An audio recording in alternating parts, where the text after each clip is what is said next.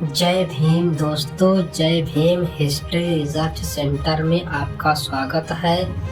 और वीडियो को आगे देखिए दोस्तों। इस वीडियो बहुत इंटरेस्टिंग वीडियो है दोस्तों, और आगे इस वीडियो को कंटिन्यू पूरा देखिए और चैनल को लाइक कीजिए, सब्सक्राइब कीजिए और बेल आइकन घंटी को दबाइए दोस्तों, जिससे कि नोटिफिकेशन आपको मिलता रहे दोस्तों। उत्तर वैदिक काल के समाप्ति के समय अर्थात ईसा पूर्व 6वीं शताब्दी के अंत में भारत में धार्मिक आडंबर, यज्ञ और कर्मकांड अपने चरम पर पहुंच चुका था। ऐसे में कुछ नए संप्रदाय धार्मिक सुधार का कार्य करने के लिए उभर कर सामने आए, जिन्होंने ईश्वर, मूर्ति पूजा और कर्मकांडों से हटकर मानवता में विश्वास रखने वाली नई विचारधारा को सामने रखा। नास्तिक विचारधारा के इन संप्रदायों में मुख्य रूप से बौद्ध संप्रदाय ने अल्प समय में ही बहुसंख्य भारतीयों पर अपना प्रभाव निर्माण किया। बौद्ध संप्रदाय के इसी प्रभाव के कारण इस काल को धार्मिक सुधार आंदोलन का काल भी कहा जाता है। गौतम बुद्ध का जीवन परिचय और बौद्ध धर्म की स्थापना से जुड़ी कहानी को हमने पहले ही एक वीडियो में विस्तार से बताया है। अगर आपने वो वीडियो नहीं देखी तो आई बटन पर क्लिक करके उसे भी जरूर देखिए। आज के इस वीडियो में हम बुद्ध के महापरिनिर्वाण के पश्चात भारत में हुए बौद्ध धर्म के विस्तार को, बौद्ध धर्म की शिक्षाओं को और बौद्ध धर्म के विभाजन और उसके पतन को विस्तार से समझने की कोशिश करेंगे। तो आओ दोस्तों, शुरू करते हैं आज का यह वीडियो। बौद्ध धर्म में 4 आर्य सत्य बताए गए हैं, जो कि बौद्ध दर्शन के मूल सिद्धांत भी है। दुख, दुख समुदाय, दुख निरोध और दुख निरोध का मार्ग, ये उनका क्रम है। उन्हें संस्कृत में चत्वारी आर्य सत्यानी और पाली में चत्तरी आर्य सत्यानी कहा जाता है। उनके अनुसार ये संसार दुखों का घर है और उन दुखों का मूल कारण है अज्ञान और तृष्णा, अर्थात अज्ञान और तृष्णा ही दुख समुदाय है। लेकिन अज्ञान और तृष्णा का विनाश करके हम दुखों का निराकरण कर सकते हैं, और ये अष्टांगिक मार्ग द्वारा ही संभव हो सकता है। अर्थात अष्टांगिक मार्ग ही दुख निराकरण का मार्ग है। इसे दुख निरोध गामिनी प्रतिपदा भी कहा गया है। तो आइए अष्टांगिक मार्ग को भी समझने की कोशिश करते हैं। बुद्ध दर्शन के अनुसार सम्यक दृष्टि अर्थात व्यक्ति में 4 आर्य सत्यों को परखने की दृष्टि होना आवश्यक है। सम्यक संकल्प अर्थात व्यक्ति द्वारा भौतिक वस्तु तथा दुर्भावनाओं का त्याग करना आवश्यक है। सम्यक वाक अर्थात व्यक्ति द्वारा सत्य बोलना आवश्यक है। सम्यक कर्म अर्थात व्यक्ति द्वारा सत्यनिष्ठता से कर्म करना आवश्यक है। सम्यक आजीव अर्थात व्यक्ति द्वारा प्रामाणिकता से आजीविका को कमाना आवश्यक है। सम्यक व्यायाम अर्थात व्यक्ति द्वारा शुद्ध विचारों को ग्रहण करना आवश्यक है। सम्यक स्मृति अर्थात व्यक्ति द्वारा मन, वचन तथा कर्म की प्रत्येक क्रिया के प्रति सचेत रहना आवश्यक है। और सम्यक समाधि अर्थात व्यक्ति द्वारा चित्त की एकाग्रता को प्राप्त करना आवश्यक है। इन अष्टांगिक मार्गों को बौद्ध दर्शन में 3 भागों में विभाजित किया गया है, जिसमें प्रज्ञा में सम्यक दृष्टि, सम्यक संकल्प और सम्यक वाक इनका समावेश है। शील में सम्यक कर्म और सम्यक आजीव का समावेश है, और समाधि में सम्यक व्यायाम, सम्यक स्मृति और सम्यक समाधि का समावेश है। बौद्ध धर्म में बुद्ध, धम्म और संघ ये त्रिरत्न है। बुद्ध अर्थात जागृत तथा अनंत ज्ञानी मनुष्य, धम्म अर्थात बौद्ध धर्म की शिक्षा और संघ अर्थात बौद्ध भिक्षु और उपासकों का संगठन। ये त्रिरत्न बौद्ध धर्म का महत्वपूर्ण अंग है। हाथी, सांड, घोड़ा और शेर, इन 4 पशुओं को बुद्ध के जीवन के साथ जोड़ा जाता है। जैसे कि हाथी को बुद्ध के गर्भ में आने का प्रतीक माना जाता है, सांड को बुद्ध के यौवन का प्रतीक माना जाता है, घोड़े को बुद्ध के गृह त्याग का प्रतीक माना जाता है, तो शेर को बुद्ध के जीवन समृद्धि का प्रतीक माना जाता है। इसी के साथ साथ बुद्ध के जन्म को कमल के फूल, ज्ञान प्राप्ति को बोधि वृक्ष, प्रथम उपदेश को धर्म चक्र तो परिनिर्वाण को स्तूप के माध्यम से भी चिन्हित किया जाता है।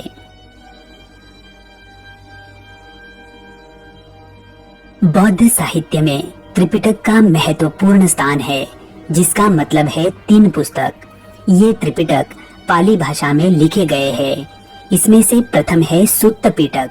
सुत्त पिटक में बौद्ध धर्म के सिद्धांत और बुद्ध के उपदेशों को बताया गया है।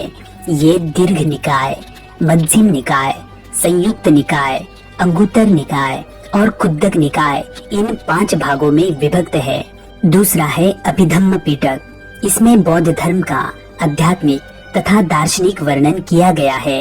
कथावत्थु अभिधम्म पिटक का सर्वाधिक महत्वपूर्ण ग्रंथ है। और तीसरा है विनय पिटक। इसमें भिक्षु संघ के लिए दैनिक जीवन संबंधित नियमों का वर्णन किया गया है। ये विभंग, खंडक और परिवार, इन 3 भागों में विभक्त है। इसी के साथ साथ बुद्ध के जीवन का वर्णन करने वाली ललित विस्तार, बुद्ध के पुनर्जन्म का वर्णन करने वाली जातक कथाएं, वसुमित्र द्वारा रचित बौद्ध ग्रंथ महाविभाष, नागसेन द्वारा रचित मिलिंद पन्हो, अश्वघोष द्वारा रचित बुद्ध चरित, जिसे बौद्धों का रामायण भी माना जाता है, श्रीलंका में रचे गए दीपवंश और महावंश, दिव्यावदान और धम्मपद, ये सब बौद्ध साहित्य के महत्वपूर्ण अंग है। धम्मपद को तो बौद्ध धर्म की गीता भी माना जाता है। बौद्ध वास्तुओं में चैत्य, स्तूप और विहार, इनका विशेष महत्व है। चैत्य अर्थात बौद्धों का पूजा घर, स्तूप अर्थात बुद्ध अथवा उनके अनुयायियों के अवशेषों को रखने की जगह, और विहार अर्थात बौद्ध भिक्षुओं का निवास स्थल। इसे बौद्ध मठ भी कहा जाता है। बौद्धों के महायान शाखा में बुद्ध की मूर्ति बनाने की जो परंपरा शुरू हुई, उसी परंपरा के तहत भारत में बड़ी मात्रा में बुद्ध की मूर्तियों का निर्माण किया गया। ये मूर्तियाँ अधिकतर गांधार शैली में बनाई गई, इसीलिए गांधार शैली को ज्यादातर बौद्ध कालीन मूर्तिकला के साथ जोड़ दिया जाता है। गौतम बुद्ध के महापरिनिर्वाण के पश्चात बौद्ध धर्म के प्रचार एवं प्रसार के कार्य को आगे बढ़ाने के लिए बौद्ध संगीतियों का आयोजन किया गया। बौद्ध संगीति का अर्थ है बौद्ध सभा, और इन सभाओं का उद्देश्य ये था कि बौद्ध धर्म से जुड़े सभी विद्वान एकत्रित आकर चर्चा के माध्यम से बौद्ध धर्म को और बेहतर बनाने का प्रयास करे। इसी क्रम में प्रथम बौद्ध संगीति का आयोजन 483 ईसा पूर्व में मगध साम्राज्य की राजधानी राजगृह की सप्तपर्णी गुफा में राजा अजातशत्रु के शासनकाल में किया गया। इस बौद्ध संगीति के अध्यक्ष थे महाकश्यप, और इस संगीति का विशेष ये रहा कि इस संगीति में बुद्ध के उपदेशों को विनय पिटक और सुत्त पिटक में संकलित किया गया।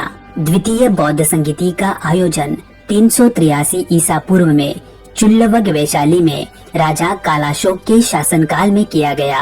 इस बौद्ध संगीति के अध्यक्ष थे शाबक मीर अथवा शाबाकामी, और इस संगीति का विशेष ये रहा कि इसमें भिक्षु संघ, थेरवादी और महासांघिक, इन 2 भागों में विभक्त हो गया। तृतीय बौद्ध संगीति का आयोजन 250 ईसा पूर्व के आसपास पाटलिपुत्र में राजा अशोक के शासनकाल में किया गया।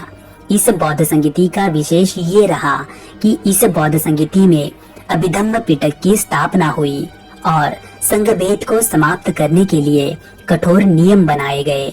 इसके पश्चात चौथी और अंतिम बौद्ध संगीति का आयोजन ईस्वी की प्रथम शताब्दी में कुंडलवन कश्मीर में राजा कनिष्क के शासनकाल में किया गया।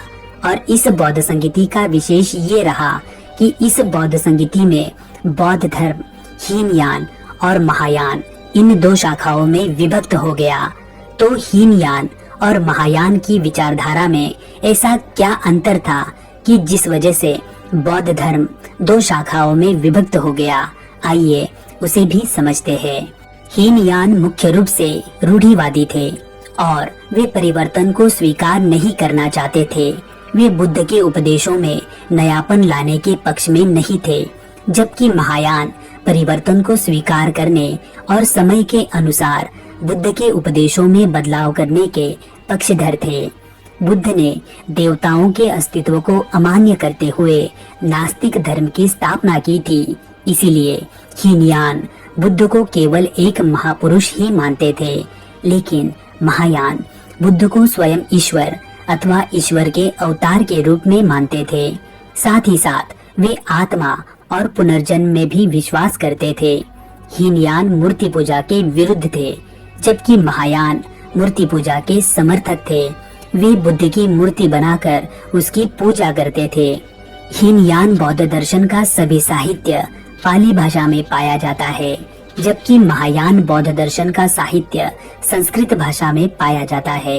हीनयान विचारधारा बोधिसत्व की प्राप्ति के लिए तथागत अनुशासनों के पालन पर जोर देती है, जबकि महायान विचारधारा बोधिसत्व की प्राप्ति के लिए बुद्ध की भक्ति का मार्ग बताती है।